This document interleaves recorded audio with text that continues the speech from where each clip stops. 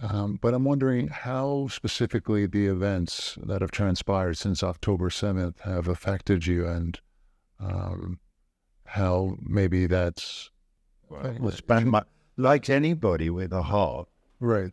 I spend my life teetering on the verge of tears. Yes. Well, goodness.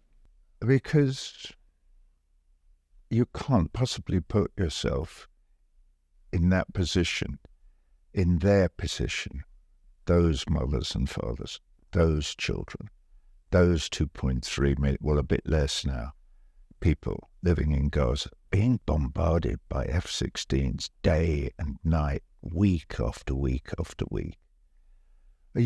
One cannot even begin to imagine what it must be like. And that it's being cheered on by the most powerful empire in the world is disgusting beyond all belief. And not to mention B'nai B'rith in your country. And Trudeau, he's cheering it all on as well. What is wrong with these people? How can they possibly be doing that? How can they still be trying to cast the Israelis as victims?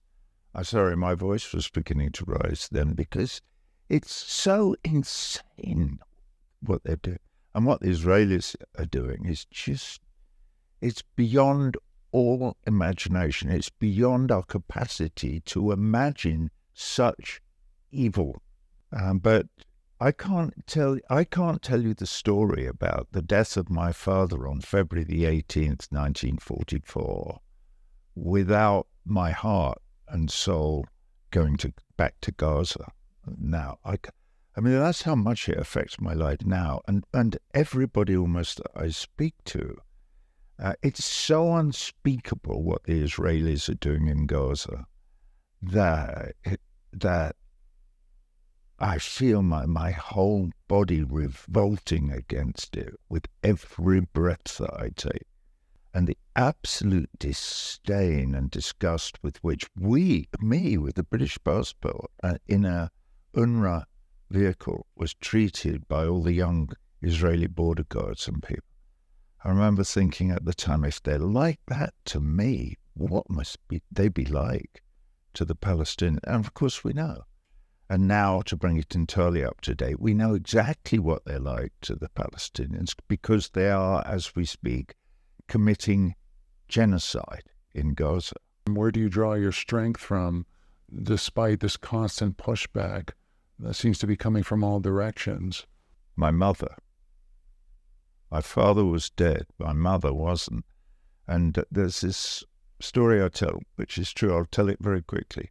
When I was about 13, I was struggling with something. I've no idea what it was, some question. And my mother could see I was, and she's looking over and she goes, "What is it?" "Oh, Mum, nothing. I'm just..." She said, "Listen, come here. I'm going to give you some advice. All through your life, Roger, you're going to come up against knotty problems, things that you have to think through and work out and decide what to do about, make decisions. Here's my advice.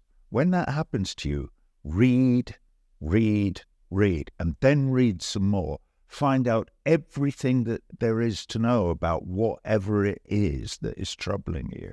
Study the history, and don't just read the opinions of people who agree with you. Or read everything. Find out from all sides of it. When you've done that, the hard work is over." "What do you mean?" Well, you've done all the heavy lifting. "Well, what do I do then, Mum?" And she said, "You do the right thing." Mum, thanks. What an incredible lesson to give an adolescent.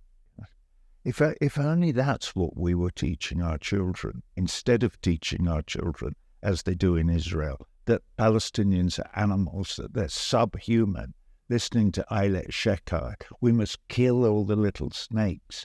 And if there's a pregnant woman with a little snake in her belly, kill her. What? This is what you're teaching your children? No. Eilert Shekhar, take a leaf out of my mother's book. Teach your children to do the right thing. I feel that we're hardwired to do the right thing, but under these conditions of neoliberal capitalism, that it's almost conditioned out of us. Yeah, we have there is still hidden within most of us an absolute instinct when you see the old lady fall down in the street to go and help her. But in terms of the way our governments work and empire works, it's wiped out, it's erased. How is it erased? By propaganda to teach us that the old lady in the street is actually vermin and needs to be eradicated.